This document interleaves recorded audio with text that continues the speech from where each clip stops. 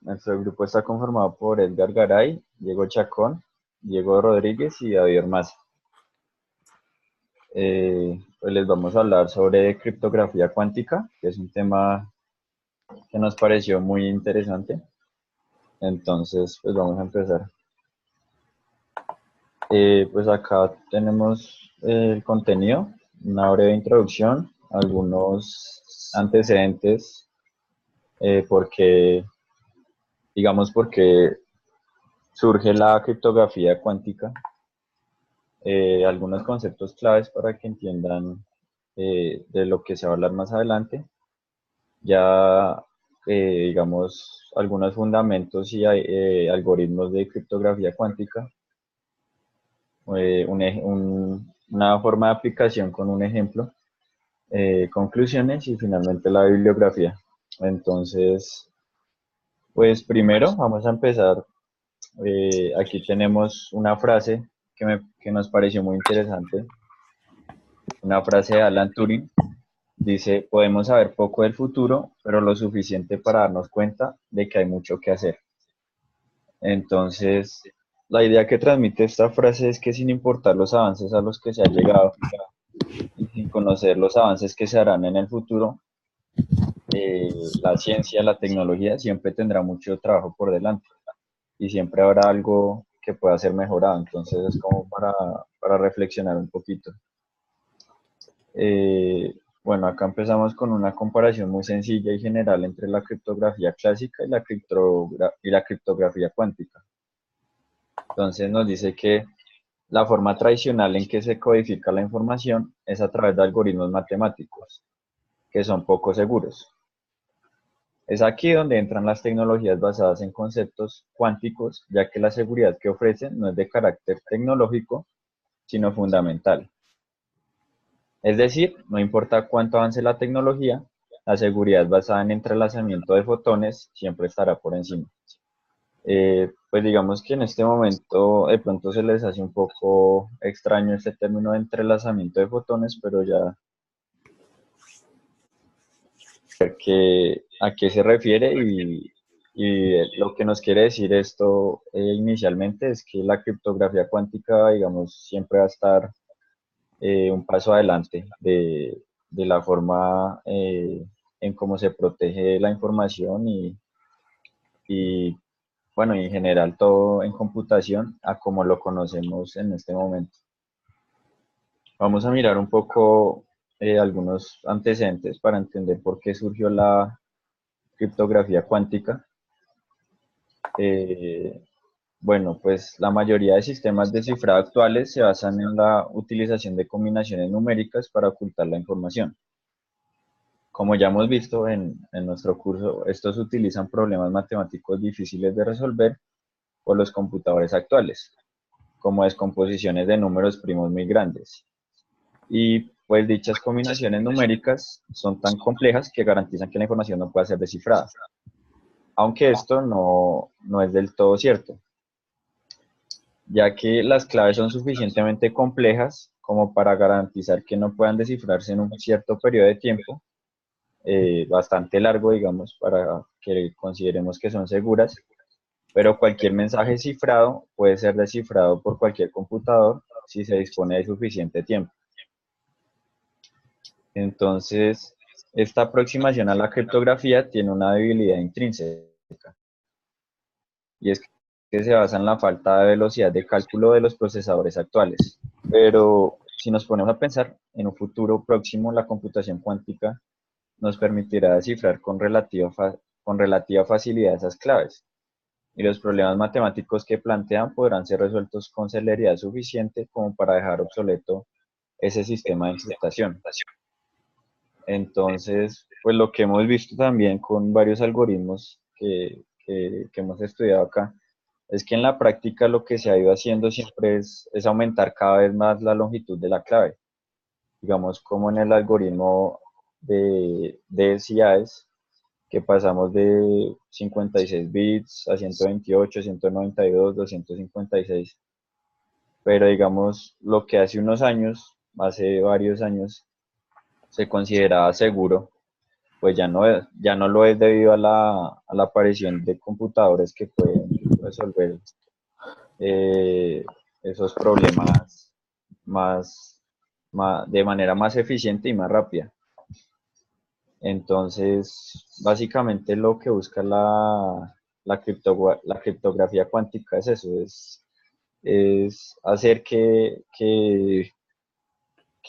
no se dependa, digamos, de los avances que vayan teniendo los procesadores, los computadores, sino que se establezca algo que sea inquebrantable, digamos. Entonces, bueno, acá ya empezamos a meternos un poquito en lo que es la criptografía cuántica. Entonces, la criptografía cuántica nos propone un nuevo principio de encriptación. Eh, la física cuántica, digamos, determina que no se puede medir un sistema sin alterarlo. Con el mismo acto de medirlo ya se está alterando. Entonces, la criptografía cuántica se basa en ese principio para encriptar la información. Si alguien intenta leer el mensaje, digamos que queremos encriptar, sin la clave correcta, la información se destruye en el proceso, lo que garantiza que pues sea bastante seguro, más seguro de lo que conocemos hasta el día de hoy. Eh, Vamos a ver a continuación algunos conceptos claves para familiarizarnos con el tema. Pues en primer lugar, un concepto muy general de lo que es la criptografía cuántica. Es un área relativamente nueva dentro de la criptografía que hace uso de los principios de la física cuántica para transmitir información de forma tal que solo pueda ser accedida por el destinatario previsto. Entonces, un poquito con la idea que les venía comentando de que se quiere asegurar que solo a quien le voy a mandar la información la reciba y sea totalmente seguro, digamos. Y si no se tiene, si no se tiene la clave que se necesita, pues no se puede ver la información en ningún modo. Pues también vamos a ver el concepto de fotón, que es fundamental en la física cuántica y por lo tanto acá en la criptografía cuántica. El fotón es la partícula mínima de energía luminosa, como ya hemos visto de pronto en otros cursos, o de otra energía electromagnética, como rayos X, rayos gamma, luz infrarroja, ondas de microondas, etcétera. El fotón se caracteriza por no tener masa, propiedad que le permite viajar en el vacío a una velocidad constante, que es la velocidad de la luz. El qubit es un sistema cuántico con dos estados propios y que puede ser manipulado arbitrariamente.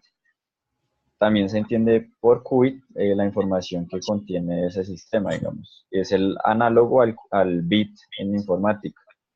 Eh, pues tiene algunas, digamos acá, como pueden ver en la imagen, hay una representación gráfica, digamos, de lo que sería un qubit con la comparación con el bit que conocemos todos. Hay varias diferencias, esto es un poquito difícil de entender, pero digamos, en el bit clásico, pues solo no, el bit puede tomar dos estados, como sabemos que es 0 o 1, no puede estar en los dos estados al mismo tiempo. En el qubit, si tenemos ese caso, se pueden hacer otras operaciones lógicas que no se pueden hacer con bits, entonces el concepto es un poquito complicado, pero digamos que es como la unidad básica de transmisión de información en la física cuántica y lo, lo usamos acá en la criptografía cuántica. Este concepto también es bastante interesante, aunque también algo complicado. Es el entrelazamiento cuántico. Es una propiedad que predijeron Einstein, Podolsky y Rosen en 1935 y que no tiene un equivalente en la física, digamos, en la mecánica clásica. El entrelazamiento cuántico explica de qué forma un conjunto de partículas entrelazadas están unidas en su existencia, de manera que aunque existan miles de años luz entre las mismas, el cambio de estado de una de ellas afecta al resto de forma inmediata, a una velocidad mayor que la de la luz. Entonces, pues digamos, con un ejemplo muy simple para que lo entiendan de alguna forma. Hagamos de cuenta que tenemos dos gatos gemelos, digamos, los separamos al nacer, esas serían las dos partículas entrelazadas. Al cabo de unos años, de muchos años, vemos a uno de los gatos y nos damos cuenta de que tiene una pata lastimada. Según el principio de entrelazamiento, lo mismo pues, le habrá pasado al otro gato, digamos, o sea, simplemente lo que ocurre en uno de los gatos le va a pasar al otro de forma inmediata, sin importar en qué lugar del universo esté, digamos. Entonces, es un poquito difícil de asimilar el concepto, pero pues se han hecho muchos estudios y se ha llegado a conclusiones que dicen que sí es posible el entrelazamiento cuántico. Entonces ya vamos a entrar como tal al tema grueso. Eh, Vamos a ver Mm, un poquito de fundamentos. Entonces, la criptografía cuántica hace uso de dos canales de comunicación entre los participantes. Digamos que siempre hemos visto que hay un canal, como lo hemos venido viendo hasta ahora. Acá se van a usar dos canales, un canal cuántico, el cual tiene un único sentido y que generalmente es de fibra óptica, y otro canal que es un canal convencional público y de dos vías, como por ejemplo un sistema de radio, como hemos visto hasta ahora. El método de distribución de claves mediante la tecnología cuántica se basa en las propiedades de los fotones. Cuando un fotón viaja por el espacio, vibra. Y cuando hay muchos fotones pues, en juego, cada uno puede vibrar en ángulos diferentes. A eso se le conoce como polarización de un fotón, que es lo que vamos a ver ahorita más adelante con otros ejemplos. Entonces, más o menos, el proceso es así. Los fotones se polarizan mediante filtros, haciendo que vibren en una dirección determinada. Y se envían, y el receptor, quien recibe la información, pues conoce la combinación de filtros usada por el emisor y la utiliza para recibir los fotones. La única mm, manera de leer la información de esos fotones es hacerla pasar por filtros, pues que estén orientados del mismo modo en que fueron enviados, si no, no es posible ver la información. Pero hay algo muy importante acá que tenemos que tener en cuenta. Solo hay una oportunidad de leer la información. David, una Entonces, pregunta. ¿Tú estás en qué slide? Es que yo sigo viendo el slide que dice criptografía cuántica. ¿Ahí estamos? eh, ah, es que, ok, si quieren ¿me escuchan ahí? sí, sí, Sí. Sí, si quieren yo voy a exponer estos slides. Mi No, compañero no, ya dio pero no una importa, pues revocación. te va diciendo siguiente o algo así. Lo Ah, importante ok. es que estén sincronizados, ¿vale? sí, es que Vale, está, es que si quiere puede ir cambiando los slides y yo pues voy diciendo pues una parte es que les hice un cambio. sí, sí, sí me di cuenta. Entonces, bueno, buenos días a todos. En el campo de la criptografía cuántica, pues tenemos que tener en cuenta que nace del escenario clásico. Tenemos a Alice, Bob y Eva, donde Alice y Bob comparten un mensaje de manera confidencial mientras tienen a alguien que los está espiando y trata de descifrar ese mensaje. Siguiente, por favor. En estos escenarios siempre hemos tenido dos preocupaciones principales y es cómo crear una buena llave y cómo compartir esa llave de forma segura con la persona con la que voy a intercambiar esos mensajes. Siempre ha estado esa preocupación presente en el campo de la criptografía cuántica. Se atacan estos dos problemas. Siguiente, por favor. Vamos a empezar exponiendo el escenario con el que nació este, este campo nuevo, el cual tenemos a Alice, Bob y Eva. Tenemos el canal clásico, que es un canal donde Eva puede interferir y ellos no se van a dar cuenta, por ejemplo, el Internet o los canales que el profesor nos había expuesto pues, anteriormente, el canal normal, común y corriente. Pero además tenemos un canal adicional que es el canal cuántico. En este caso vamos a asumir lo peor y es que Eva tiene interferidos ambos canales, nuestro canal clásico y nuestro canal cuántico, el cual ya vamos a ver para qué sirve. Tengan en cuenta esos dos canales. Siguiente. Siguiente, por favor.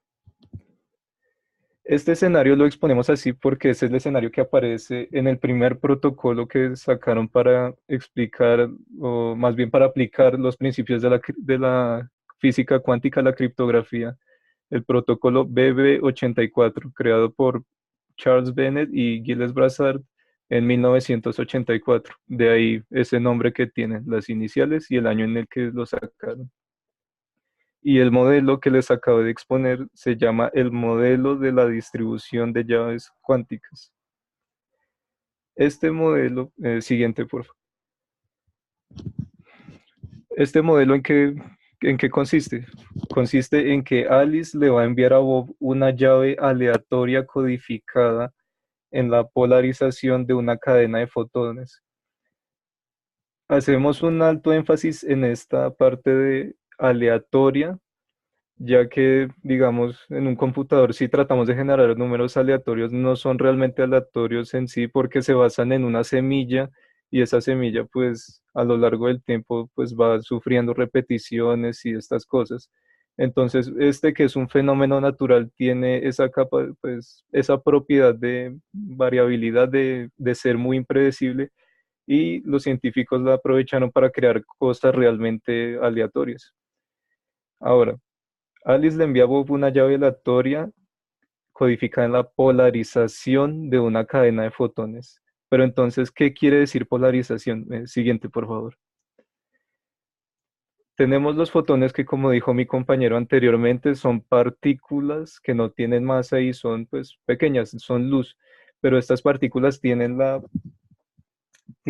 propiedad de que pueden tener cuatro estados, que es un spin vertical, se llaman así, spin vertical, spin horizontal y los spin diagonal de izquierda y derecha. Esas son las direcciones que puede tomar. Puede tomar cuatro direcciones.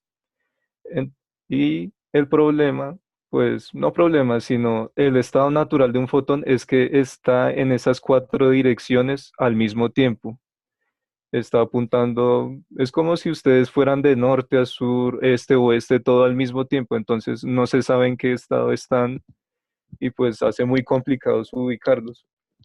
Eso se llama un fotón sin polarizar. Y abajo, como dice, polarizar un fotón es forzarlo a que tome una dirección y que se quede en ella. Siguiente, por favor. Muy bueno, ahí se descuadró un poquito, pero cuando estamos en el spin vertical, que es en el grado en 90 grados, eso pues ustedes pueden acordarlo entre sus dos partes, pero digamos, este spin vertical acá en este ejemplo indica un uno binario. Cuando está en un spin horizontal, indica un cero binario. Y pues cuando está a 45 grados del spin diagonal, indica un cero binario y cuando está en una dirección de 135 grados, eso indica un uno binario. Entonces, ahí que tenemos, tenemos dos formas de representar unos y dos formas de representar ceros basados en la dirección del spin que tengan. Siguiente, por favor. ¿Y esto para qué nos sirve? Bueno, es que al trabajar para polarizar estos fotones vamos a tener dos filtros, así lo llaman, o dos bases. Un filtro lineal, que es donde tenemos el spin vertical y un spin horizontal, y tenemos un filtro diagonal, donde tenemos el spin diagonal izquierda, spin diagonal derecha. En cada filtro tenemos, si se dan cuenta, representados unos y ceros. Entonces la idea es que pasamos, así como se ven en la imagen, pasamos un fotón sin polarizar a través de algún filtro y por cuestiones aleatorias, eso ya es aleatorio, el filtro lo va a mandar en una dirección. En este caso lo pasamos a través de un filtro diagonal y lo manda con la dirección de un spin diagonal derecho. Eso ustedes acordarán si es un 1 o un 0 con las partes con las que se comuniquen. Siguiente. Entonces, el sistema, ¿cómo funciona? Si voy muy rápido, por favor avísenme. Eh, el sistema funciona de la siguiente forma, y es que Alice le va a enviar a Bob fotones de manera aleatoria, así un chorro, muchos fotones, y va a alternar filtros. Ella los va a alternar aleatoriamente para asegurar pues que los bits que ella manda son realmente aleatorios. Entonces el fotón pasa por el filtro, se choca y sale un 1 o un 0. Pero entonces ahí cambia el spin, ¿no? Puede ser vertical, horizontal, si usa un filtro pues lineal, y puede ser diagonal izquierdo, diagonal derecho si usa un filtro diagonal. Entonces ella va a mandar fotones a través del filtro de manera y van a salir bits de forma aleatoria. Bob al otro lado del canal cuántico va a capturar la información, pero entonces él no sabe qué filtros va a usar Eva. Ella simplemente sabe que los va a alternar de manera aleatoria. Bob va a hacer lo mismo, va a capturarlos de manera aleatoria, pero acá pueden pasar dos cosas. La primera es que si usa el filtro adecuado, entonces Bob va a conservar la información tal y como la mandó Eva sin alterar, ¿sí? Pero si llega a usar el filtro equivocado, entonces la polarización del fotón va a cambiar. O sea, si digamos yo mandé un fotón apuntando pues con dirección horizontal y lo paso a un filtro diagonal, entonces mi fotón va a cambiar a alguna de las dos direcciones diagonales. Eso si es que le llega. Si no le llega, porque muchas veces se puede perder la información. Entonces, si usa el filtro equivocado, va a recibir un dato que es completamente diferente o no recibe la información. Siguiente, por favor. Entonces, Bob, ahí, toda esa parte que les comenté se hace a través del canal cuántico. Ya cuando ellos, después de mandar muchos fotones aleatorios, digamos que se pusieron la meta de, no sé, mandar 1000, entonces al final ellos se ponen en contacto por el canal normal y hacen la verificación de qué filtro se usó. Acá en esta parte no importa si hay alguien escuchando porque no va a entender la conversación. Bob solo dice qué tipo de filtro usó y Bob sabe qué filtro usó para recibir la información, ¿sí? Y Alice a su vez sabe qué clase los fotones que mandó, qué clase de spin tenían. Entonces, cuando ellos se comuniquen a través del canal normal, la conversación va a ir algo así. Bob va a decir filtro X, así en diagonal, filtro X, y Alice le va a decir correcto si el fotón que ella mandó tiene un spin diagonal derecho o diagonal izquierdo. Pero si digamos Bob dice filtro horizontal y ella mandó un filtro diagonal cualquiera, entonces ella le dice incorrecto y esos bits se descartan. Los bits que quedan, o sea, que ambos están seguros de que sí recibió la información bien, son la cadena, pues son la llave que van a usar. Y pues a través de este proceso de eliminación y que los bits generados son aleatorios, entonces se asegura de que es algo completamente aleatorio. Pero aún no se termina. Para una mayor seguridad, ellos dicen, bueno, entonces quiero comparar esta subcadena digamos, del índice 0 hasta el índice 100. Y entonces van comparando bit por bit, bit por bit. Y cuando, digamos, ambos tienen la certeza de que ambas subcadenas son iguales, o sea, las que ella mandó y las que él recibió, entonces dicen, ah, bueno, entonces recibí la información tal y como la quería. Y esa subcadena, pues la descartan. Así, si hay una Eva o una Maggie vigilando por ahí, esa cadena ya no le va a servir, ¿sí? Las conversaciones que se tienen a través del canal normal no tienen ningún valor, puesto que no tienen los valores originales de los fotones. Siguiente, por favor. Ese es el principio con el que inicia. Y pues mis compañeros van a explicar más adelante, pero entonces voy a hacer un pequeño ejemplo para que entiendan mejor el de ellos. Ellos se pusieron de acuerdo en este caso que un spin vertical iba a ser un 0, como ven ahí. Un spin diagonal izquierdo va a ser un 1. Un spin diagonal derecho va a ser 0. Y un spin horizontal va a ser 1. Entonces Alice va a mandar fotones y digamos el filtro se los botó así, usó un filtro acá en el primer cuadrito, usó un filtro de cruz, entonces le salió un 0. Bob usó un filtro de cruz pues por aleatoriedad y también y entonces ahí recibió la información que era, entonces se Recuerda que conserva puedes el 7. utilizar tu puntero de tu mouse para indicarnos si nos quieres mostrar algo. Ah, ok. Es que el compañero es el que está pasando las diapositivas, pero Ah, bueno, entonces sí, ok. ahí ven. Entonces, listo. Ahí pasan, mandan el fotón. Alice usó, pues, aleatoriamente un filtro así en cruz, pues le dicen plus en inglés, plus filter.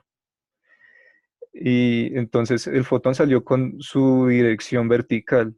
Bob usó un filtro cualquiera, pues en este caso también le atinó y le salió el filtro de cruz. Entonces, ¿ahí qué pasa? Él recibe la información como es. Entonces, cuando llega la hora de comparar cadenas, ellos se van a quedar con ese 0. Digamos, en el otro ejemplo, Alice mandó un fotón, en el otro cuadrito, perdón, ella mandó un fotón y con el filtro de cruz, de más, le salió que un spin horizontal. Pero entonces Bob acá, para leerlo, simplemente pasó un filtro de cruz. Entonces, ¿ahí qué pasó? La polarización del spin de Alice se perdió y le botó a Bob una medida diagonal, que es algo que no, pues sí, es información que no es falsa. Entonces, al momento de discutirlo, ese bit no se va a usar. Y si se dan cuenta y siguen ahí, entonces listo. Alice bota un fotón, una X, Bob usó una X también, entonces la información se conserva. Alice usó, Alice envía un fotón vertical, pero Bob usó un filtro pues en cruz para recibirlo, entonces la información cambia y ahí se pierde. Y al final, pues las cadenas que ellos en su conversación van a decir, bueno, usé una cruz en el primero y ella le dice correcto. Usé una X en el segundo, no, incorrecto. Usó una X en el tercero, correcto. U- Señor. Ah, bueno, perdón, pensé que estaban hablando por ahí. Entonces van a seguir ahí comparando filtros y al final se quedan los bits que son. Esa sería la cadena. Pero entonces como una medida extra de seguridad, ellos dicen, vamos a comparar los bits de los índices 0 hasta el cuarto. Y entonces ellos dicen 0, listo, 1, listo, 0, listo, 1, listo. Perfecto, estoy contento con el mensaje que tengo, entonces decidimos que la cadena es lo suficientemente segura para encriptar nuestros mensajes. Y esos bits de comparación que usaron del 0 al 1 lo descartan y la nueva llave va a ser los bits que quedan del 4 hasta n. Siguiente, por favor. Ahora, esto funciona básicamente, pues como dijo mi compañero, en términos muy generales, porque algo que se observa, el solo observar un experimento va a cambiar su resultado, al menos en el reino cuántico, en el reino subatómico, eso pasa eso. Y pues los enunciados formales serían el principio de la no clonación y que este a su vez es como una derivación o se puede extraer del principio de la incertidumbre de Heisenberg, que, bueno, sí, ya, que simplemente quiere decir que cuando yo trato de medir una propiedad, esta va a cambiar simplemente por el hecho de que yo la medí. Listo.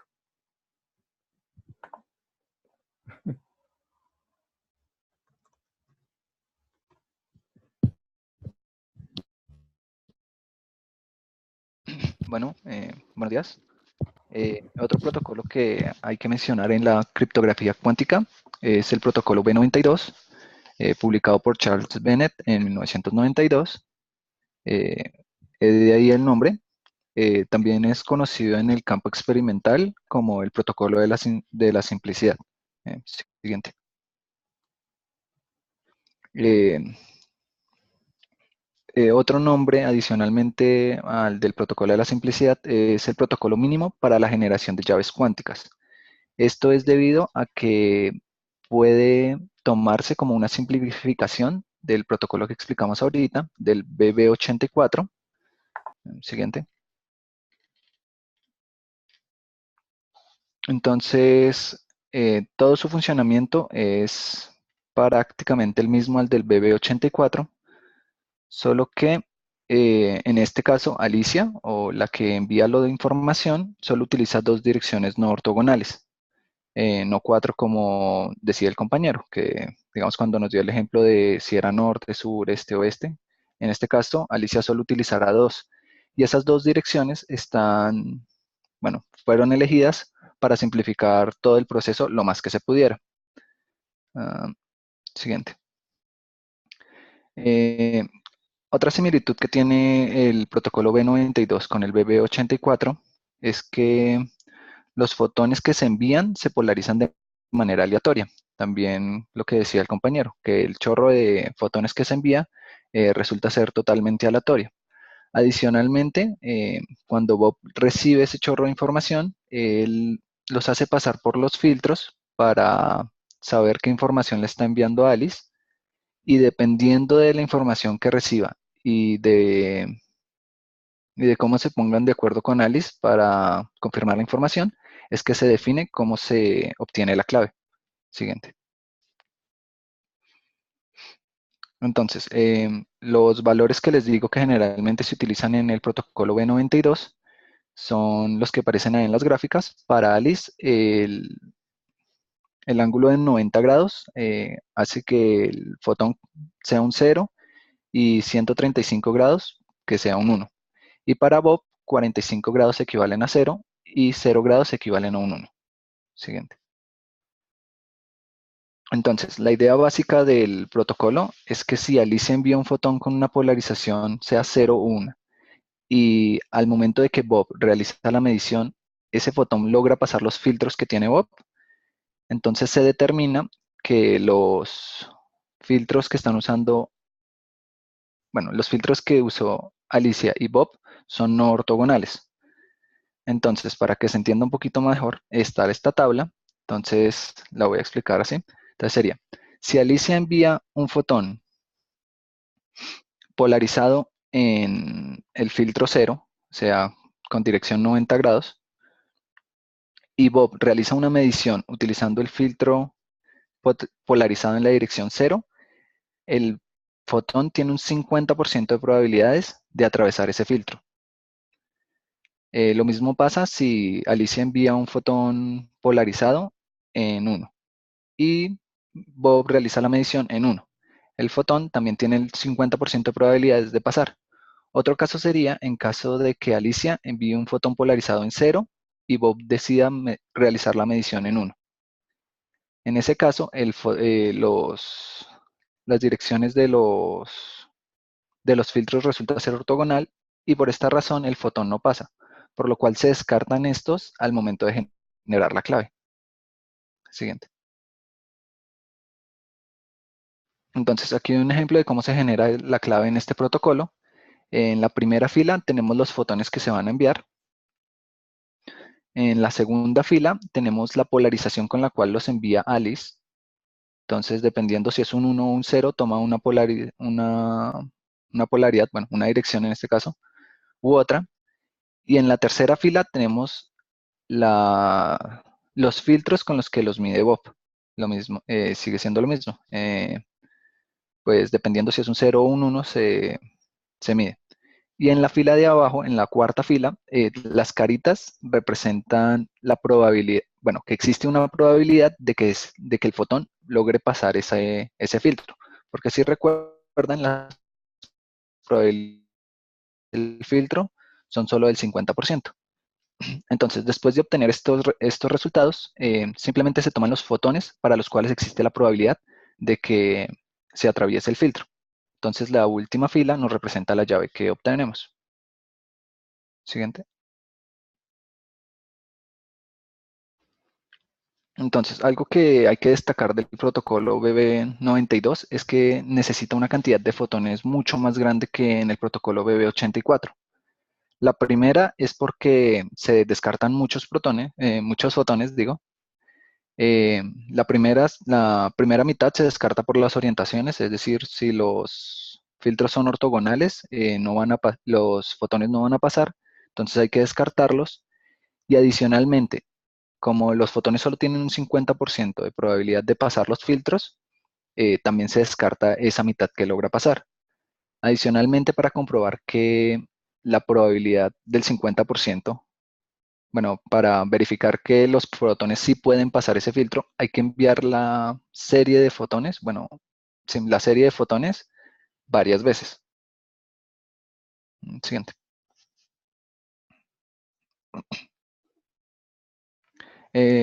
Otro protocolo que hay que mencionar es el protocolo EPR, que es el protocolo de la paradoja de Einstein, Podolsky y Rosen, publicado por Eckert en 1991. Es por eso que también se conoce como el protocolo E91.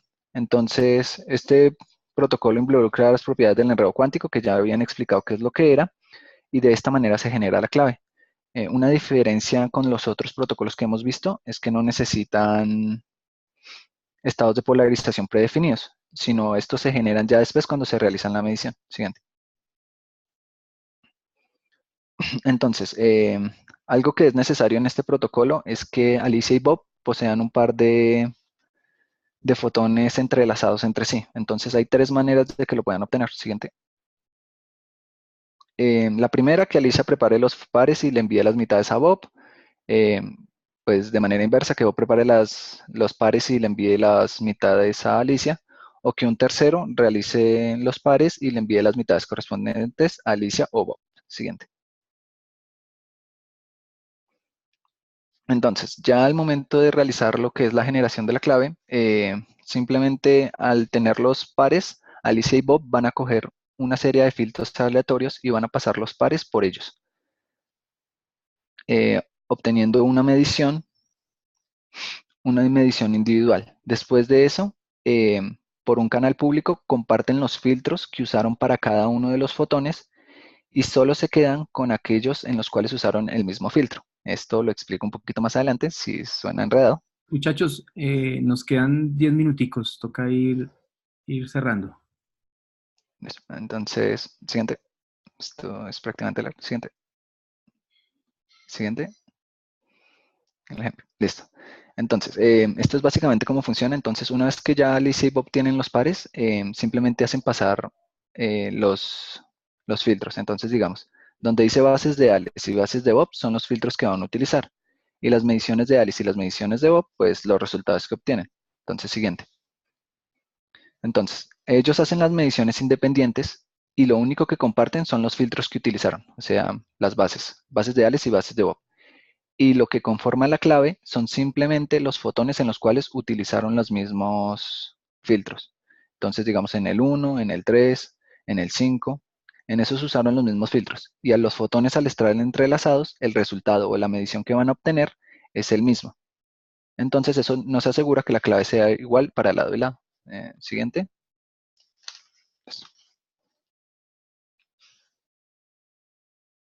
Bueno, sí, ahí me oyen bien, sí. Sí, perfecto.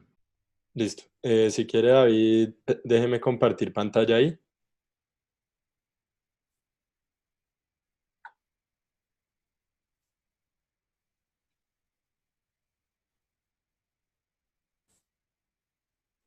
Listo. Ahí se ve bien, sí.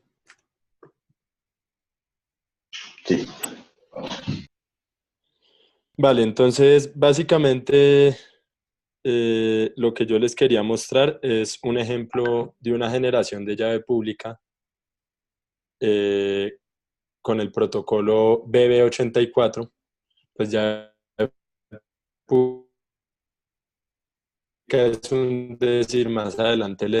Básicamente los pasos que tiene este protocolo, como ya lo mencionó el compañero hace un rato, son uno, que es el shifting, no supe cómo traducirlo, donde se va a hacer todo el proceso en el que Alice y Bob negocian a través de los pasos que ya se mencionaron, qué bits van a conservar y cuáles van a descartar dentro de la clave.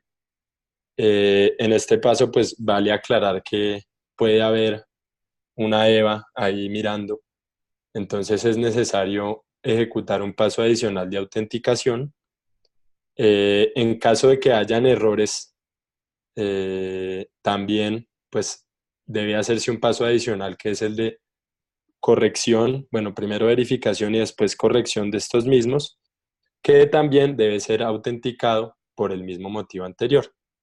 Y finalmente, un paso extra opcional, que es un aumento de privacidad en caso de haberse dado cuenta de que exista pues una EVA ahí mirando eh, pues, los datos pasar. Entonces, bueno, como dijimos, existen dos bases básicamente para representar los bits, los fotones, que pues son la base plus y la base cross, como mencionaba el compañero. Entonces, bueno, el paso del shifting básicamente, Alice va a generar dos cadenas de longitud M. Una contiene pues la clave plana, entre comillas, y la otra contiene la información de las bases en las cuales va a representar esta clave plana. Y Bob también va a generar una cadena de longitud M que contiene la información de las bases en las que las va a interpretar, ¿sí? Sea plus o sea cross. Entonces, Alice realiza este proceso y este va a ser el mensaje, este de aquí, será el mensaje que va a ser enviado a través del canal cuántico. Pero pues ya como lo dijeron los compañeros pues previamente, no todo el mensaje llega porque resulta que si Bob tiene el transmisor en posición ortogonal al emisor, pues el mensaje se va a perder. Entonces, esto es lo que Bob recibe y va a proceder a enviarle a través del canal convencional las posiciones para evitar precisamente, para mayor seguridad, le va a enviar las posiciones del mensaje que recibió, pues las posiciones que sí recibió. Entonces aquí podemos observar el 2, 3, 4, etc. Y adicionalmente le va a enviar un mensaje que contiene las bases con las cuales interpretó el mensaje. Entonces, 1 para cruz, 0 para plus. Listo. Esto es lo que recibe Alice y allí mismo descarta obviamente los bits que no recibió, los fotones que no recibió Bob, y también descarta pues los que ella a través de la interpretación deduce que son distintos. Y como un paso adicional le envía las bases que ella utilizó. Finalmente, Bob también hace el mismo proceso de descarte y esto confluye en una llave generada que podemos observar es la misma. Y aquí les hago una pequeña anotación y es que la longitud casi siempre será menos de la mitad de m en la mayoría de los casos que observé. Y pues máximo vi uno que llegaba a ser la mitad. Listo. Finalmente el paso que les comentaba de aumento de privacidad, en donde Alice y Bob comparten un C secreto, y allí es donde quería hacer el énfasis de que quizás se puede considerar esta llave como pública y ese C como parte de una llave que sea privada. Entonces, digamos por convención y para evitar este tema de que ese C también debe ser compartido a través de un canal seguro, pues a veces se utiliza el primer bit de la clave ya shifteada, entre comillas. Entonces, para poner un pequeño ejemplo, el C que acuerdan Alice y Bob produce esta cadena. La llave shifteada es esta.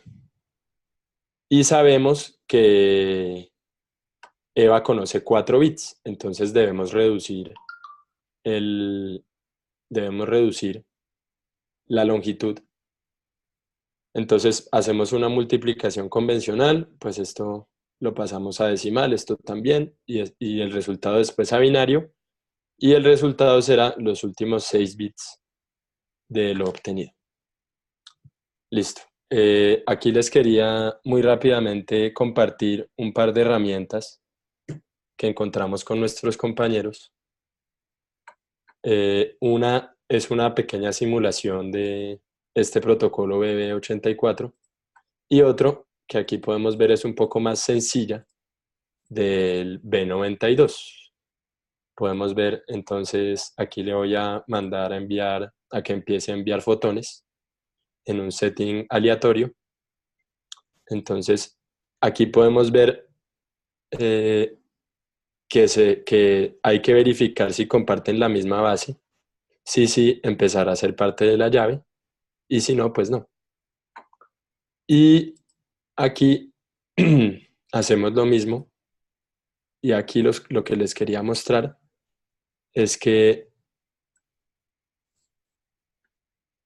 cuando se encuentra ortogonal, pues efectivamente no va a detectar y por eso no entrará a ser parte de la llave.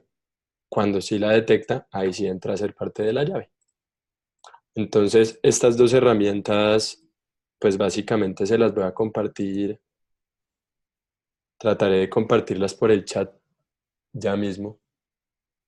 Vamos a ver si puedo. Bueno, ahorita. Ya para finalizar, queríamos compartir estas conclusiones muy sencillas. Y es que pues aún resulta un poco inviable desplegar sistemas de distribución de claves cuánticas en grandes infraestructuras, aunque vi por ahí que Telefónica está haciendo altos esfuerzos por empezar, aunque sea a hacer pruebas con este tema. Entonces aún resulta inviable, y en ordenadores convencionales que simulan ser ordenadores cuánticos, solo existen programas que pueden factorizar números de un orden de 255 máximo, entonces es bastante pequeño, pero ya con el avance de la computación cuántica, a medida que ésta avance, se logrará pues implementar estos sistemas que, por los principios explicados anteriormente por mis compañeros, podemos inferir que resultarán básicamente imposibles de romper, y esa información solo podrá ser descifrada por alguien que conozca la clave, y resultará imposible que sea descifrada por terceros, pues. Y listo. Muchísimas gracias. Ese es el final de la presentación. Muy bien, muchachos. ¿Alguien tiene alguna inquietud? ¿Alguna pregunta?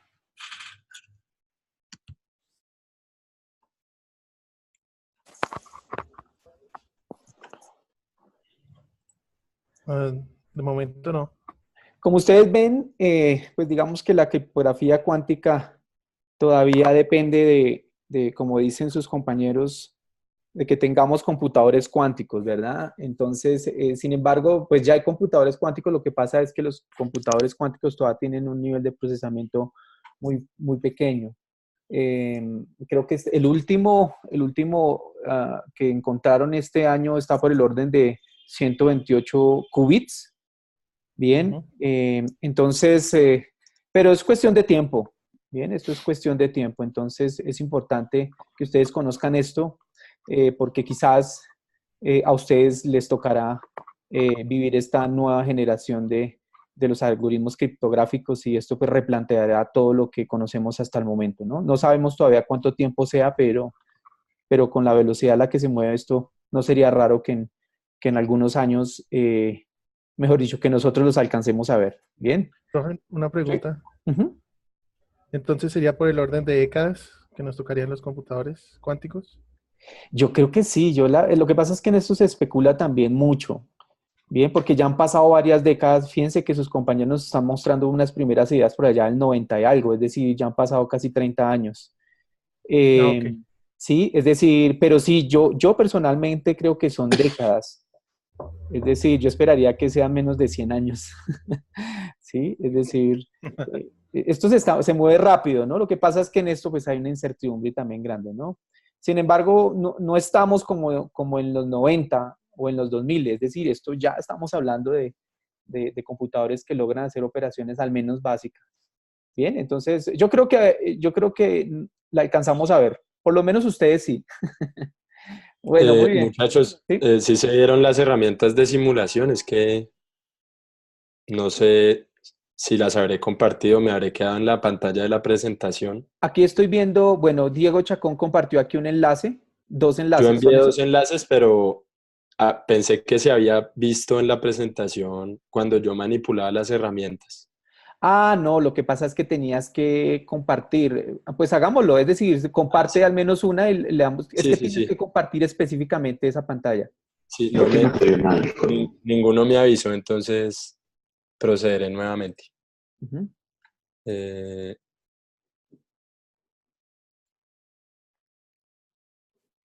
a ver, por acá. Ahí sí Listo, se ahora ve. sí, sí, ahí la Ah, estamos viendo. listo, listo. Entonces, Sí, rápidamente lo que les estaba diciendo, con el protocolo BB84 deben compararse, que compartan las bases. Si sí, empieza a ser parte de la llave, y si no, no. Y en el 92, aquí todavía estaba enviando fotones, lo que se revisa es que no sea ortogonal el receptor al transmisor, porque si lo es, no la detecta. Entonces no va a entrar a ser parte de la llave. Cuando sí, entonces empieza aquí en este recuadrito, nos va actualizando la llave a medida que se va generando. Y listo. Entonces ahí compartí los links si quieren, si les da curiosidad o no les gana la pereza. Listo. Perfecto, Ah, muy bien, entonces, excelente. Listo, muchachos. Entonces vamos a continuar con el siguiente tema, que es el de blockchain. Entonces, adelante.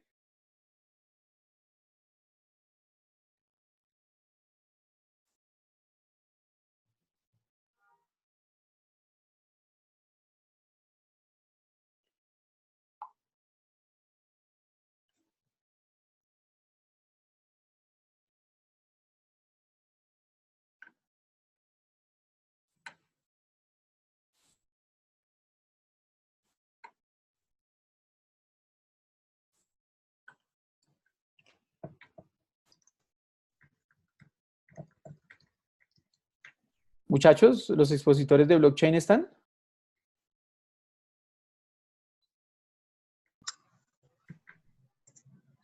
Ok. Ok, entonces adelante. Buenos días, profesor. ¿Sí puede escucharme? Sí, te Compañeros, escucho buenos perfecto. días. Muy bien. buenos días. Buenos días. Buenos días. Eh, compañero Camilo, ¿puede compartir la pantalla o pues si le queda bien la comparto yo?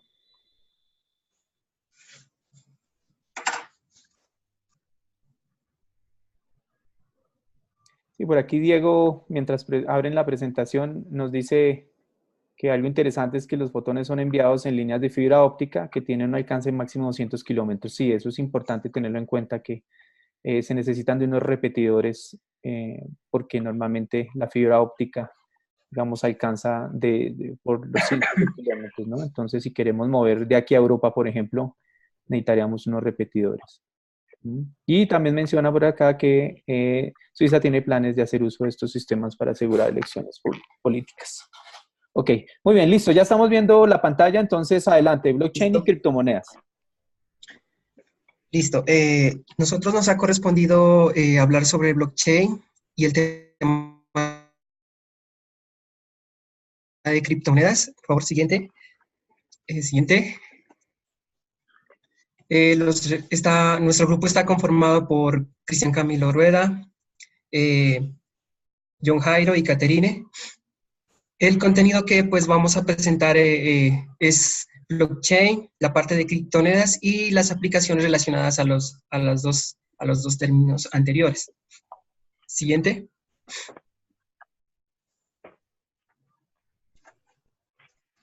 Bueno, en primer lugar vamos a hablar el tema de blockchain. básicamente está relacionado con Bitcoin. Siguiente, por favor. Ahorita voy a hablar acerca de una breve definición de Bitcoin, pero después se hablará más a fondo en la parte de criptomonedas, ya que pues este es este término es el que está relacionado precisamente con blockchain, ¿listo? Entonces, Bitcoin hace referencia a una versión peer-to-peer de moneda electrónica, permitiendo realizar pagos electrónicos entre dos partes directamente. Siguiente.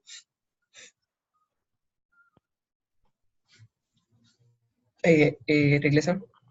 Bueno, entonces el Bitcoin es como una moneda descentralizada, es de carácter descentralizado, lo que significa que no pueden haber intermediarios, en ese caso las entidades financieras, y pues las transacciones se hacen de persona a persona.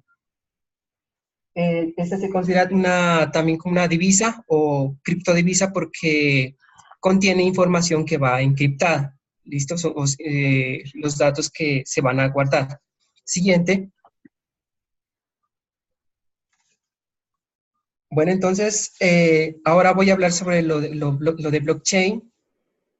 Blockchain básicamente es un sistema de almacenamiento de información seguro, anónimo, descentralizado y libre de falsificaciones.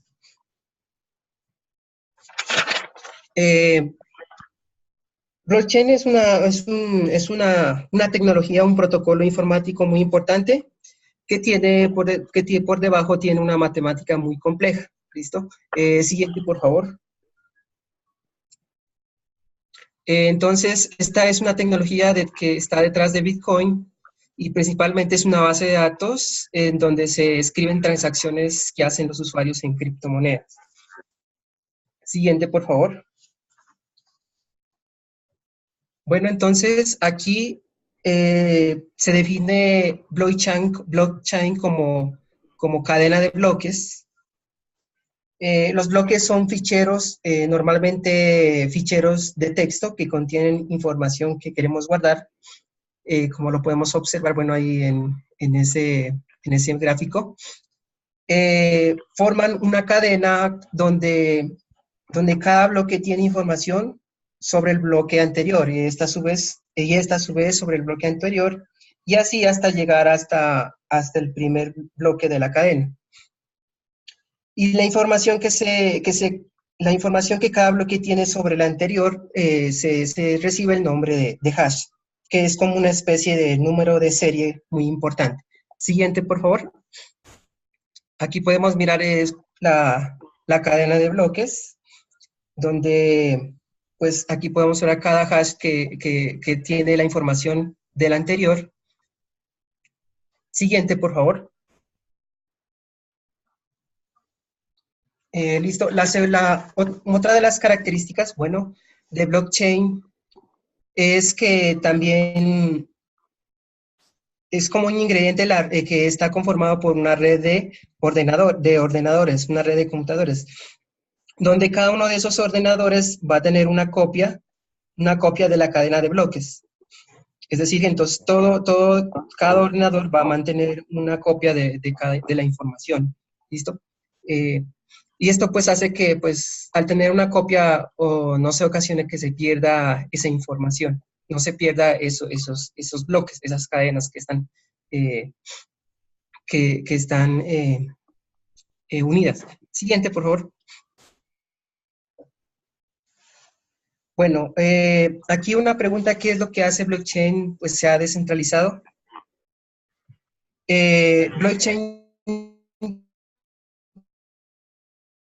pues el blockchain de Bitcoin, pues se hace referencia acá, según la documentación, es una red de ordenadores, bueno, tablets, semáforos, etcétera, que pues tienen instalado el software de Bitcoin.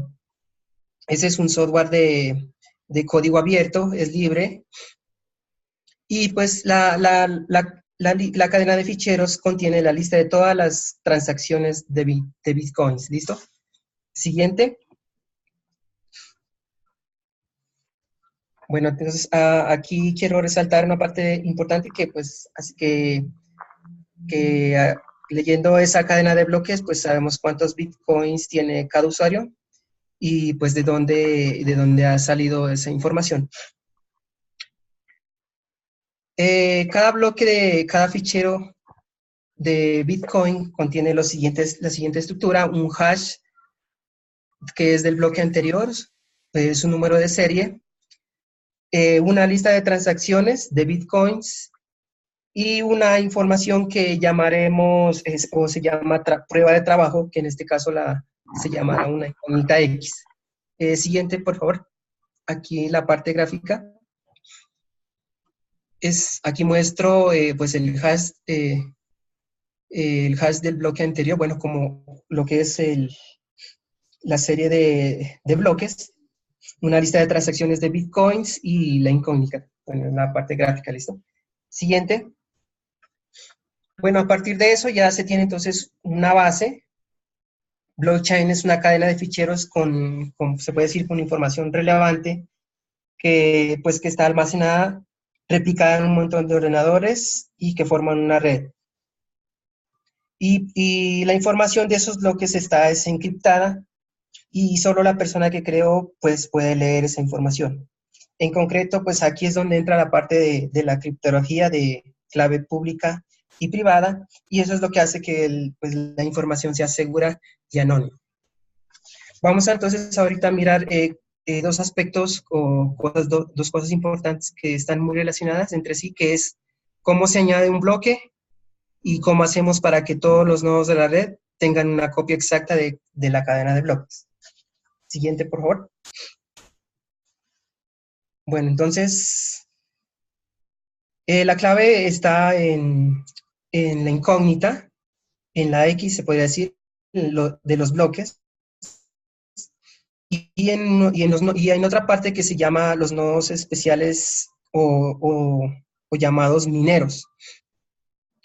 Entonces, cuando un nuevo bloque está listo para añadirse a la cadena, entonces los mineros son unos nodos, o hace referencia como a todos los computadores que están, o la red de ordenadores que están conectados, que están listos, que están esperando, pues, esperando que un bloque nuevo se añada. Entonces, para añadir el bloque a la red, solo hace falta que entonces alguien calcule esa X, que en este caso son los mineros los que van a realizar ese trabajo.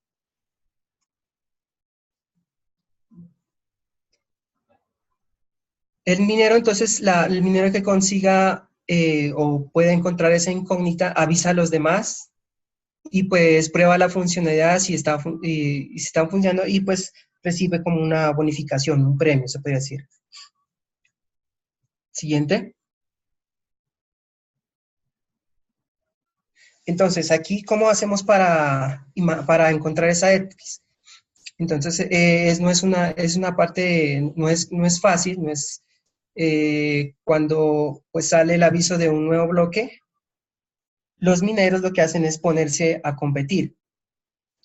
Esa incógnita, esa X, está muy relacionada con el hash de cada bloque o el número de serie, y es aquí donde pues vamos donde se presenta el inconveniente o la parte matemática detrás de encontrar esta variable.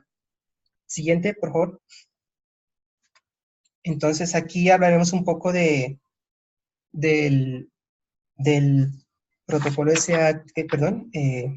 del algoritmo SHA-256. Siguiente, por favor.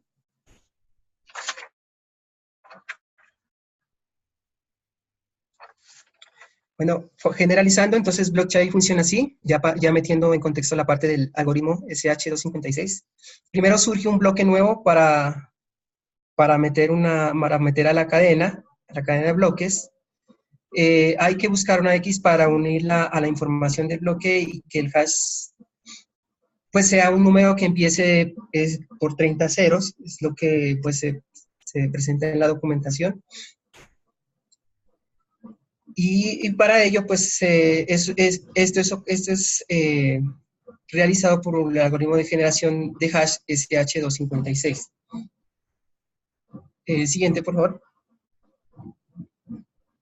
Bueno, entonces, para encontrar esa X a través del algoritmo, lo que se menciona acá es que la única forma es probando al azar para encontrar la X que se está buscando, y exactamente es lo que hacen los mineros de Bitcoin.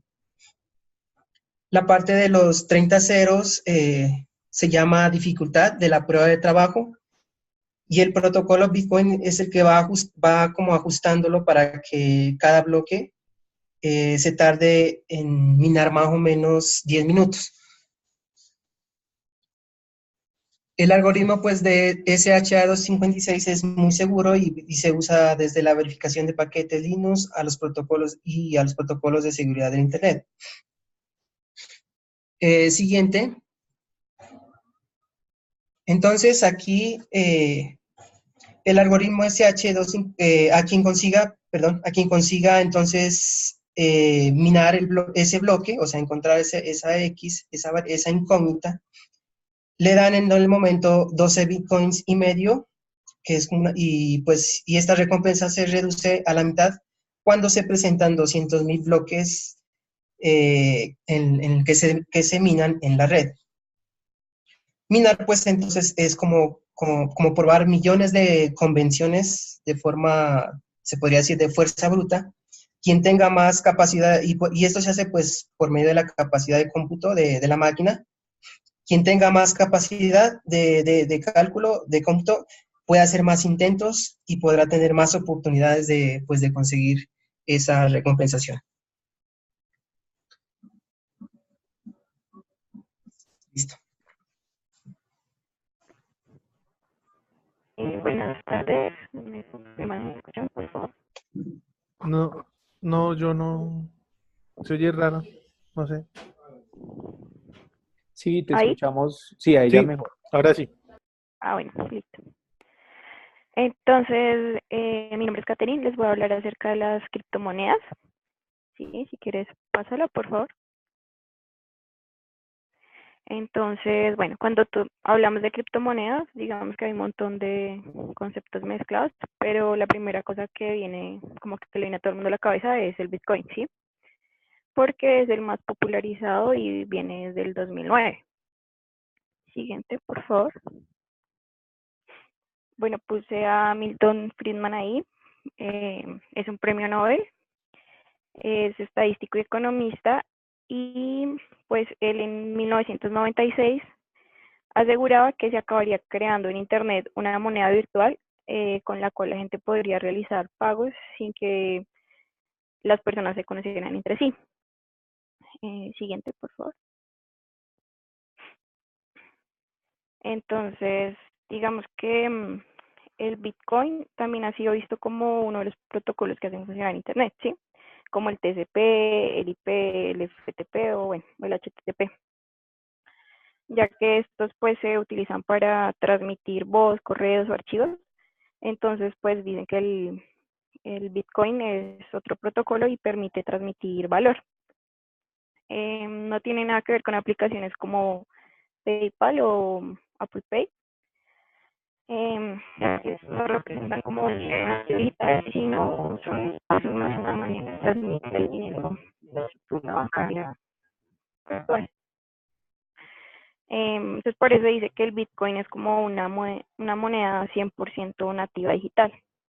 Entonces, siguiente, por favor. Bueno, lo cierto es que la primera de las criptomonedas fue creada por Satoshi Nakamoto. Él utiliza un seudónimo porque en realidad nadie sabe quién es esta persona exactamente hasta el momento. Y él publicó en 2009 un artículo en el que se describía un sistema de pagos peer-to-peer al que llamó Bitcoin. Y después de algunos meses, él mismo publicó la primera versión del software que permite gestionar la red de la moneda. Y pues ya después de un tiempo como que se empezó a interactuar en foros con los primeros interesados. Siguiente, por favor. Bueno, para entender el Bitcoin, pues hay que tener varios conceptos básicos. El primero es que se basa en una red de ordenadores descentralizada, como lo decía mi compañero hace un momento, lo que supone nodos repartidos por todo el mundo con copias de todas las transacciones que se han realizado. El segundo concepto es el de los mineros, que son personas que forman parte de los nodos y que tienen el incentivo de que cada vez que se generan bitcoins nuevos, se reparten entre quienes forman parte, pues, de estos nodos. Otro concepto importante que podemos tener en cuenta es el de las exchanges, que permiten cambiar monedas como los euros o los dólares por bitcoin, ¿sí? Esto pues nos ayuda a que podamos ser parte de este mundo y bueno, empezar a adquirir bitcoins también. Cuando ya conseguimos estos bitcoins, se almacenan en lo que se llaman wallets o carteras y son aplicaciones que nos permiten guardarlos o intercambiarlos de manera como sencilla. Ya cuando tenemos nuestros bitcoins en nuestros monederos, pues podemos empezar a intercambiarlos dando nuestra dirección a la persona que queramos enviárselos y así pues nos vamos alimentando de bitcoins. Siguiente, por favor. Bueno, acá tenemos como un diagramita. Entonces, primero, Bob hace un pago en bitcoins a Alice. Segundo, Alice y Bob envían la transacción a la red P2P de Bitcoin. Como un tercer paso, un minero recibe la nueva transacción y la verifica. Y en el cuarto paso, el minero crea un conjunto de transacciones nuevas, incluyendo la transacción del paso 1, y trabaja para confirmarla. En el quinto paso, el minero envía el nuevo bloque de transacciones confirmadas a la red P2P de Bitcoin. Y en el sexto paso, el resto de usuarios de Bitcoin actualizan su estado, incluyendo el nuevo bloque de transacciones, verificando que dicho bloque es válido, ¿sí? Como les mencionaba anteriormente, los Bitcoins se crean mediante un proceso llamado minería, que se basa en encontrar soluciones a un problema matemático, transacciones de Bitcoin. Cada 10 minutos en promedio, se consigue verificar y registrar transacciones, las cuales son recompensadas con unos bitcoins, ¿sí? Entonces, el protocolo de Bitcoin obviamente incluye algoritmos que regulan la función de minería en toda la red. Siguiente, por favor. Entonces, cuanto más grande sea la red de Bitcoins, más seguras son sus transacciones. Bueno, una vez que la transacción se efectúa, esto es replicado en toda la red de ordenadores de manera que ya no se pueda modificar. Puesto que para hacerlo, tendríamos que modificar la transacción en todos los ordenadores. Por esto, pues digamos lo que dice arriba, de cuanto más grande sea la red de Bitcoin, más seguras son sus transacciones, ¿no? Entonces, además de la cantidad de criptomonedas que se emiten cada año, que están configuradas en su algoritmo. Esto está montado de tal manera que cada 4 años se reduce por 2 la cantidad que se producen y solo se emitirán un total de 21 millones de bitcoins, lo que como el tope máximo que va a haber. Esta pues digamos que es como una diferencia entre las demás criptomonedas, porque bueno, ya les hablaré más adelante, pero varían el valor máximo de 21 millones. Bueno, además eso le da como la capacidad de generar más valor frente a unas monedas que pueden devaluarse cuando los bancos llegan a las monedas tradicionales que utilizamos hoy en día. Siguiente, por favor.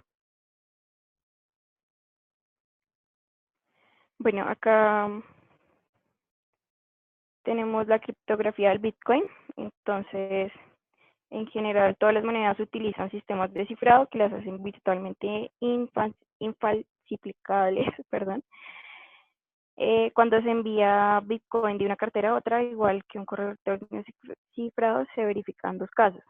El primero es que se asegura que el Bitcoin enviado es legítimo, puesto que pertenece a alguien que lo transmite. Y el segundo es que el Bitcoin puede ser usado por la persona que posee la clave privada de la dirección a la que se envió. Siguiente, por favor. Acá tenemos un ejemplo de Alice y Bob. Entonces, bueno, Alice debe un dinero a Bob, a Tom, y Bob debe un dinero a Jim, ¿sí? Entonces, uno de los amigos de Jim quiere copiar el registro de la transacción de Bob y la firma de Bob. Y el amigo de Bob quiere copiar la cantidad, quiere cambiar la cantidad de 1000 a 2000, en donde dice Alice le debe a Bob. Entonces, si ven ahí como un recuadro blanquito, está modificada la cantidad. Entonces, ¿cómo evitar que los amigos de Jim copien la transacción y la firma? Y cómo evitar la edición de la transacción. Siguiente, por favor. Bueno, para eso se utiliza el algoritmo que mencionó mi compañera hace un rato, SHA-256. Entonces, ahí vemos que aunque existen pequeñas diferencias entre los registros de Bob y Tom, hay grandes diferencias entre los valores hash generados, ya que si un solo bit es modificado, pues se recibirá un hash diferente. Siguiente, por favor. Entonces, para esto se utiliza pues, el algoritmo de cifrado asimétrico, donde el receptor del mensaje tiene dos claves. Una clave es privada, que solo él conoce, y una clave pública que puede compartir con cualquier persona sin comprometer pues ningún mensaje cifrado. Siguiente, por favor. Entonces, Alice cifró la transacción con SHA-256 y firmó el mensaje hash con su clave privada, ¿sí? Alice envió el mensaje firmado y su clave pública a Bob, así como está en la imagen de arriba. Bob desencriptó el mensaje firmado usando la clave pública de Alice y Bob encriptó el mensaje recibido usando SHA-256. Entonces, el emisor del mensaje debe conocer la clave pública del receptor y utilizará en una función de encriptación para poder obtener un mensaje descifrado a partir del mensaje original. Entonces, digamos, si Eva, que es un atacante de interceptar mensaje cifrado, no podrá desencriptarlo si solamente tiene la clave pública. Necesitamos la clave privada. Entonces, es el único que tiene su clave privada y gracias a esta clave privada puede codificar el mensaje cifrado y obtener pues el mensaje original. Siguiente, por favor. Entonces, digamos que a las preguntas que teníamos hace un rato de si se puede cambiar la cantidad, pues no, si no se tiene la clave privada de Alice y si Jim puede copiar la transacción de Bob, tampoco si no tiene pues su clave privada. Siguiente, por favor. Entonces, bueno, de esta manera también funcionan las transacciones de Bitcoin, ¿sí? Entonces, aparte de utilizar el algoritmo que ya les mencioné, también utiliza uno que se llama EXA, ¿sí? Entonces, ese algoritmo lo utiliza para calcular la clave pública y es clave privada, es acá minúscula, por G, que es el punto base, y eso pues es igual a la clave pública, la K mayúscula que ven ahí en lo que está representado, y de esta forma la clave pública es K, es G veces la clave privada K minúscula. Y lo interesante de este algoritmo es que no se multiplican números enteros, sino coordenadas de una curva elíptica. Esta curva tiene 3 parámetros, pues que la hacen única. Es esa que ven ahí, SEC256K1. Y lo convierte en un algoritmo unidireccional, o sea, de tal forma que es sencillo calcular el resultado en un sentido, pero pues dicen que es prácticamente imposible hacerlo al revés, ¿sí? Eso es lo que lo hace como tan especial. Siguiente. Bueno, esto es como un ejemplo de las plataformas que usan para intercambiar bitcoins. Entonces, las direcciones de nuestro monedero son las claves públicas y la clave privada, perdón, y las puede conocer cualquiera, sí, las claves públicas solo sirven pues para recibir, no para usar el bitcoin. Esta clave pública o dirección se ha creado a partir de una clave privada, pues como ya lo vimos, más compleja, ¿sí? La clave privada del transmisor se utiliza para firmar la transacción y asegura que esa dirección le pertenece y por lo tanto podrá usar pues los bitcoins. Entonces, en general el usuario solo tiene que ocuparse de poner la dirección bitcoin, o sea, la clave pública, a donde quiere mandar ese dinero, poner la cantidad y pulsar el botón enviar, porque del resto pues se encarga el software especial que llamamos monedero o wallet. Siguiente, por favor. Entonces, la palabra criptomonedas está formada por dos conceptos diferentes. El primero es cripto, porque para que la red de Bitcoin sea segura se utilizan algoritmos criptográficos, ¿sí? Esto permite que cuando se realiza una acción, los ordenadores no pueden revertirla y no se puede saber de dónde viene y quién la ha realizado. Y la segunda parte, como el concepto criptomonedas, o sea, monedas, es la definición pues, de lo que es una moneda y tiene que cumplir tres funciones. La de permitir almacenar valor, realizar intercambios y transacciones y referenciar objetos. Actualmente, pues según estos criterios, se dice que las criptomonedas no pueden ser categorizadas como monedas de verdad porque no cumplen estas tres propiedades. La que más se cumple es la de almacenamiento de valor, como si fuera un oro virtual, pero como medio de intercambio pues aún no se acepta en demasiados sitios.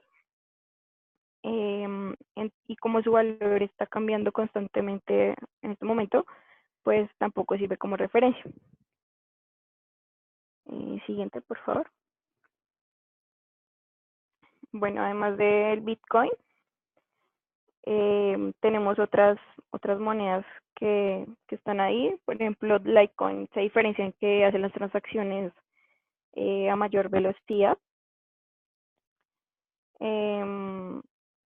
Entonces, bueno, digamos que el blockchain o cadena de bloques es la tecnología que hay detrás pues, del Bitcoin. Siguiente, por favor. Que hay detrás pues, del Bitcoin y pues se puede separar de él para hacer otras cosas con ellas. Por ejemplo, lo que les decía antes de crear otras criptomonedas que se basen en los mismos principios, pero que tengan otras propiedades, ya que cambian el algoritmo o la política monetaria. Y eso es precisamente lo que ha pasado, por lo que han surgido pues muchas otras criptomonedas, ¿sí? Entonces, también tenemos que al blockchain se le han dado distintas funcionalidades y aplicaciones, de lo cual les va a hablar mi compañero Camilo en las siguientes diapositivas. ¿Me escucha? Sí. Sí, te escuchamos bien. Ah, listo, gracias. Perdón, que es que al principio tuve unos problemitas con el micrófono. Listo. Mi nombre es Camilo, yo les voy a hablar sobre las aplicaciones y el uso de blockchain, que me parece que es de las cosas más interesantes que tiene esta tecnología. Bueno, en primer lugar les voy a hablar de los contratos inteligentes. Esta idea nació más o menos en 1994 por Nick Szabo, que fue un abogado y criptógrafo, que se le ocurrió la idea de usar un gran libro distribuido de contratos, eliminando intermediarios y convirtiendo el contrato con las propiedades de blockchain, que es inmutable y distribuido. ¿Qué ventaja? Autonomía, o sea, yo puedo hacer mi contrato con otra persona directamente, cuando quiera, como yo quiera, confianza. La capacidad de que sea distribuido y que sea inmutable me genera la confianza de que ese contrato primero no se va a poder modificar y segundo yo lo voy a poder ver cuando yo quiera. Tengo un backup, ¿por qué? Porque blockchain, como mis compañeros acabaron de exponerles, tiene la propiedad de que aparte de que yo parto mi archivo, mi mi contrato en varias partecitas alrededor de la red. ¿Me escucha bien? Sí, te escuchamos perfecto. Ok. Aparte de que yo puedo partir mi archivo queda replicado varias veces en esa red. De ahí viene el concepto que les hablaba John antes, de que entre más grande sea la red, mucho más seguro va a ser. ¿Por qué? Porque voy a tener mucha más redundancia en mis archivos. Rapidez, pues por el mismo asunto de los intermediarios. Ya yo solo necesito estar en contacto con mi contrato, realizar mi contrato y hacerlo efectivo. Seguridad, pues esto está apoyado por varios algoritmos criptográficos que la verdad son muy difíciles de quebrantar. ¿Cómo funciona contratos inteligentes? Aquí les voy a leer un poco, si no alcanzas a ver. Yo hago un acuerdo, se hace un acuerdo entre las dos partes, escriben el contrato dentro del código del blockchain, los individuos involucrados. Esto es una propiedad importantísima y que me parece fenomenal. El usuario en sí es anónimo. Yo nunca voy a saber quién hizo qué transacción, pero lo que hace el usuario, yo sí lo puedo ver. Entonces, mientras los usuarios se mantienen anónimos, las transacciones son totalmente públicas. Eso facilita que la red se audite a sí misma. Entonces, yo en mi contrato yo puedo crear, ¿cómo funcionan estos códigos dentro del blockchain? Funcionan como triggers de eventos. Entonces, cuando se cumpla la fecha tal, entonces haga esto. Entonces, cuando sea la fecha tal, entonces yo puedo obtener la llave de mi carro, yo puedo obtener, no sé, obviamente todo esto tiene que estar digitalizado para que se pueda realizar. ¿Cuáles son las ventajas de esto? Como les decía ahorita, esto es auditado por todos los usuarios que están en el blockchain. Todos los usuarios pueden rastrear el recorrido que hizo cada uno de los bitcoins a través de la red. Un ejemplo así muy sencillo. Hay una explicación que se llama Kickstarter, que sirve para startups. Entonces, yo publico un proyecto y la gente viene y dice, mire, yo le pongo tanto para este proyecto, yo le pongo tanto. Entonces, Kickstarter lo que hace es recibir ese dinero y cuando tenga el dinero completo le dice al creador del proyecto, mire, ahí está su dinero para que pueda crear su proyecto. Entonces, ¿cuál es la idea con un contrato inteligente? Como es inmutable y distribuido, yo simplemente hago el contrato directo con la persona que me dice, mire, yo tengo este proyecto, entonces yo le digo, mire, yo le voy a dar $20, ¿sí? Y yo pongo un trigger. Cuando se completen los $200 que vale este proyecto, entonces él obtiene mis criptomonedas o mi dinero, que son los $20, y yo obtengo, no sé, una asociación o lo que yo quiera a cambio de ese proyecto. Estos contratos tienen una serie de desventajas, que los contratos, una vez que se hagan, no se pueden modificar. Entonces, a la hora de hacer el contrato, toca estar muy seguro de cómo se va a hacer y cuáles son los términos, porque es inmodificable. Otro problema grande que tienen es que relativamente es una nueva tecnología y puede generar varios problemas en su implementación. El profesor alguna vez nos hablaba del asunto de las llaves privadas y las llaves públicas. Las llaves privadas y las llaves públicas son un asunto muy seguro, pero si yo expongo mi llave privada, no hay nada que hacer, ¿sí? Y aquí les dejé el link de un ataque que hicieron a DAO. DAO es una organización descentralizada, es como una empresa descentralizada basada en blockchain. ¿Y qué pasó? Ellos empezaron a recolectar fondos para invertir en capitales de riesgo, ¿sí? Recaudaron más o menos $150 millones. Más o menos como en la semana, no me recuerdo en el tiempo, les quitaron $60 millones. ¿Qué pasó? En la red DAO se creó una DAO hijo, una réplica de la red, y como que por un momento usurpó a la red padre y de ahí sacaron, ¿sí? Entonces, ¿a qué va este mensaje? Este mensaje va a que la tecnología es muy buena, pero hay que tener mucho cuidado en la implementación y los riesgos de esto. De hecho, muchos artículos de esto DAO decían que el ataque estaba avisado por la misma gente que trabajaba en DAO, entonces pues toca tener mucho cuidado con esto. Subaplicaciones de los contratos. Automatización de pagos. No sé, yo quiero pagar mi recibo de la luz. Si yo tengo mi cuenta y la tengo en criptomonedas, si yo tengo un trigger que me dice que el 5 de esta fecha, sin necesidad de visa, de ningún intermediario, yo puedo hacer la transacción inmediatamente cuando se cumpla esa fecha. Lo mismo con el registro y cambio de propiedad. Si a mí el chico que me quiere comprar la casa me registra los $200, $300, $400 que vale mi casa, entonces ya se puede hacer como una firma digital que diga que la casa es de él. También se aplica en propiedades intelectuales. Las aplicaciones de los contratos es muy grande. A mí una que me encanta son las votaciones electrónicas. ¿Cómo funcionan esas las votaciones electrónicas? Como en blockchain yo tengo la capacidad de que cada usuario, o sea, yo no sé quién es cada usuario, pero tengo la fiabilidad de que los procedimientos que se hizo usuario quedaron registrados, eso brindaría una transparencia impresionante en las votaciones. Ojo, toca tener, como les decía, cuidado en la implementación, pero podría ser un avance muy grande en cuanto a transparencia. Aquí otra cosa que no aparece, que les quiero mencionar, hay una vaina de gobierno transparente. Entonces la idea es que el gobierno haga sus licitaciones y sus contratos, pero si están en un blockchain en el que todos somos parte y auditamos esa cadena, nosotros podemos ver las transacciones que hizo, por qué las hizo, cuándo las hizo. Eso daría mucha transparencia en los procedimientos gubernamentales. Otra aplicación de blockchain, el almacenamiento de la nube. En este momento hay un auge muy grande, yo creo que todos lo saben muy bien, en las infraestructuras como servicios. ¿Qué nos brinda esto? Que en general los bancos y las grandes empresas que tienen mucha cantidad de información ya no están invirtiendo tanto en tener servidores en un cuarto para guardar sus datos, sino lo que hacen es que lo envían a la nube. Pero ahí hay un problema muy grave. Yo estoy mandando mis datos sensibles, sobre todo si yo soy un banco, si soy una aseguradora, yo estoy enviando datos sensibles a la nube y que listo, por afuera no me pueden atacar porque la empresa me brinda ciertas medidas de seguridad, pero la empresa tiene acceso a mis datos de alguna manera. Eso está regulado en muchas cosas, pero como hemos visto últimamente con Google, con Facebook, el acceso a nuestros datos no está 100% asegurado de que ellos no van a usar esos datos. ¿Qué pasa con un blockchain? Con el blockchain yo puedo hacer esto, yo puedo subir mis datos a un blockchain, va a estar distribuido, va a estar replicado varias veces, o sea, la pérdida de información va a ser poco probable, y además de eso, así yo tengo una empresa que me está prestando el servicio de blockchain, yo soy el único que puede acceder a esa información porque yo soy el único que ya tengo mi llave privada y puedo ver esos datos. O sea, una de las grandísimas ventajas que tiene el almacenamiento de la nube distribuido a partir del blockchain.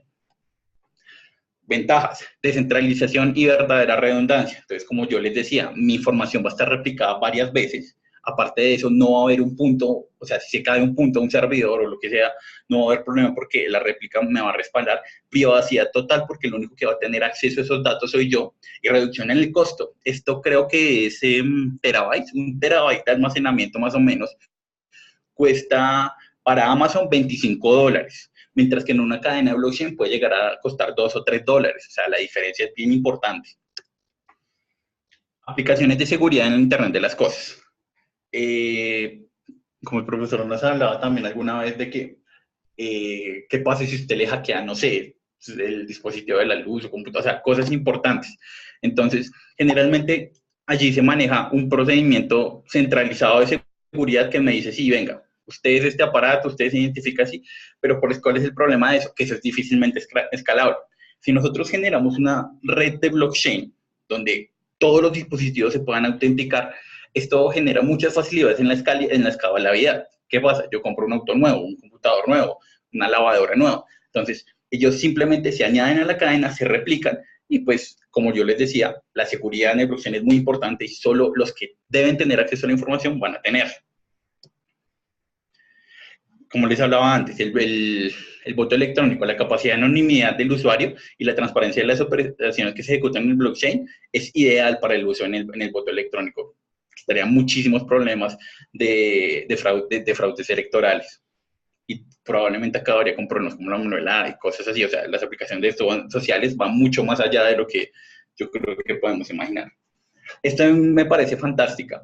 Generalmente cuando surge una nueva tecnología, la promesa es que es perfecta y nunca van a generar, digamos, la promesa de blockchain es no hay intermediarios. Eso es entre comillas. ¿Por qué? Porque yo voy a tener que tener un intermediario que me lea la cadena de bloques, que me descifre el mensaje de la cadena de bloques, ¿sí? Como en este caso, digamos, Billion. Billion es un wallet que a mí me sirve para manejar mis criptomonedas. Pero ¿cuál es la gran diferencia con un sistema centralizado? En el sistema centralizado están Visa y Mastercard, por un ejemplo. Ellos tienen la potestad de, alguna vez veía en un video que ellos me decían, Visa puede decir como, digamos, negar una transacción, ¿sí? Y lo que a mí me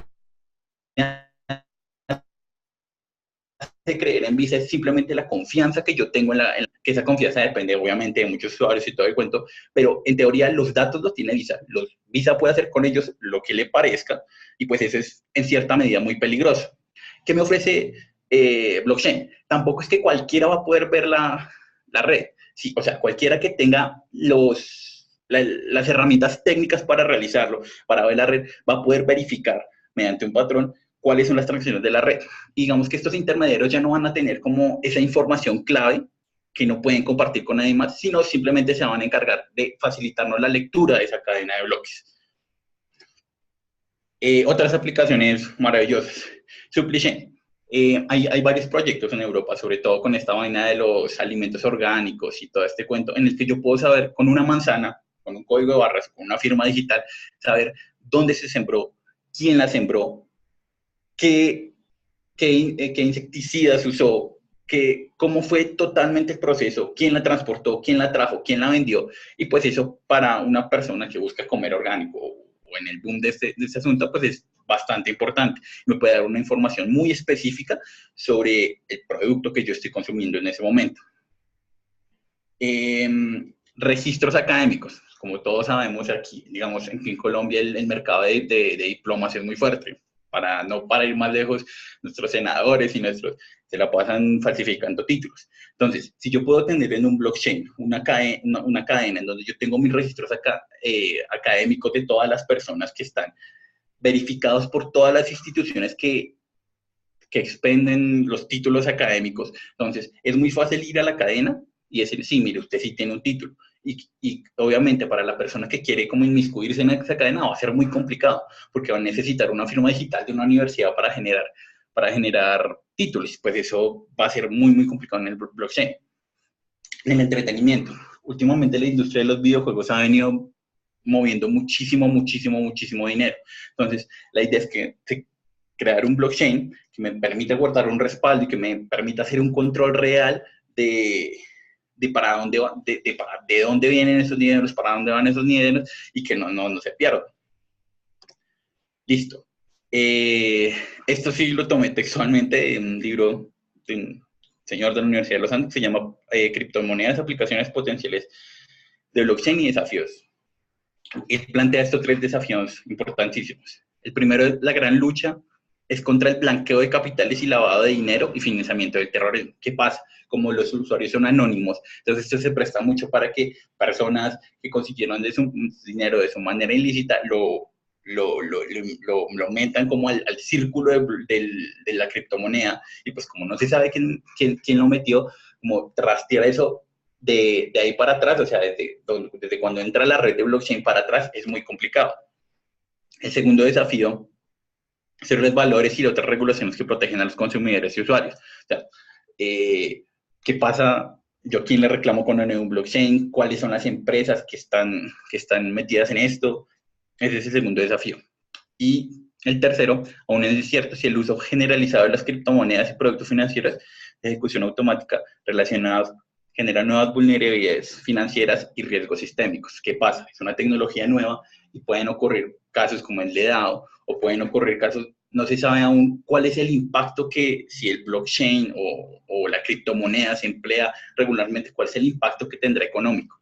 Eso está aún por estudiar y es un desafío en cuanto a regulación de las criptomonedas específicamente.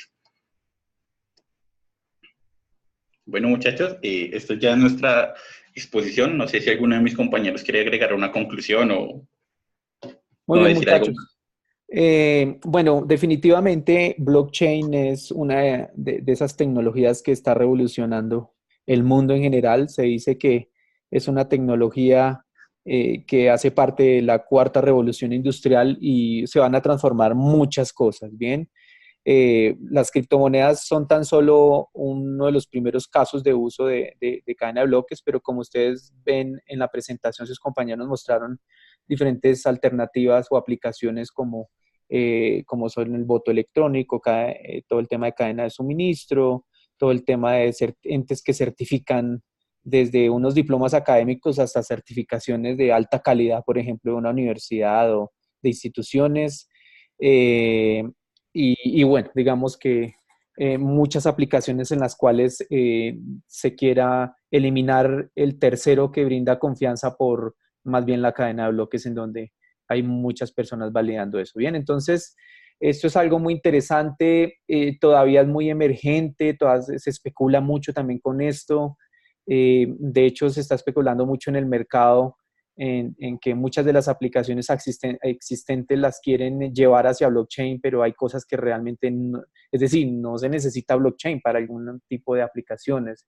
Entonces hay que tener, digamos, como mucho cuidado también con tanta especulación que hay en esto. El tema de voto electrónico, por ejemplo, que es uno de los casos de uso bien interesantes, pues todavía en el mundo todavía no hay ningún país que haga elecciones para elegir sus representantes a través de la cadena de bloques. Bien, primero porque digamos, si pensamos en millones de usuarios haciendo transacciones, realmente se piensa que la cadena de bloques actualmente, por ejemplo, la de blockchain, la que se utiliza para la Bitcoin, por ejemplo, no soportaría eso porque se necesita, digamos, imagínense, las elecciones suceden en un mismo día, en unas cuantas horas, y soportar, por ejemplo, 20, 30 millones de transacciones en un país como el nuestro, pues realmente no se ve. Y han hecho pilotos, han hecho pruebas de concepto y digamos que eso todavía no se ha podido dar. Bien, pero es probable que en los próximos años empiecen a aparecer los primeros casos. Aquí en la Universidad Nacional,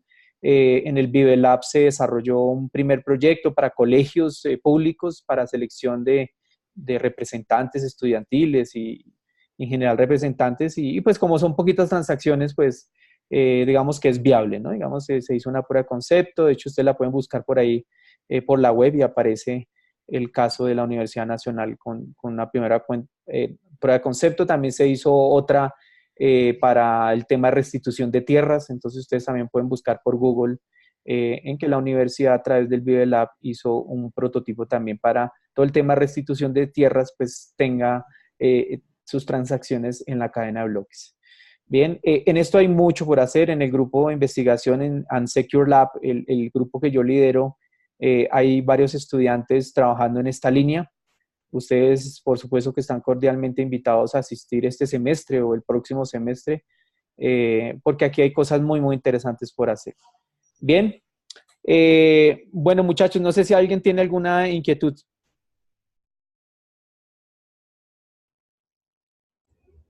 No, por ahora no.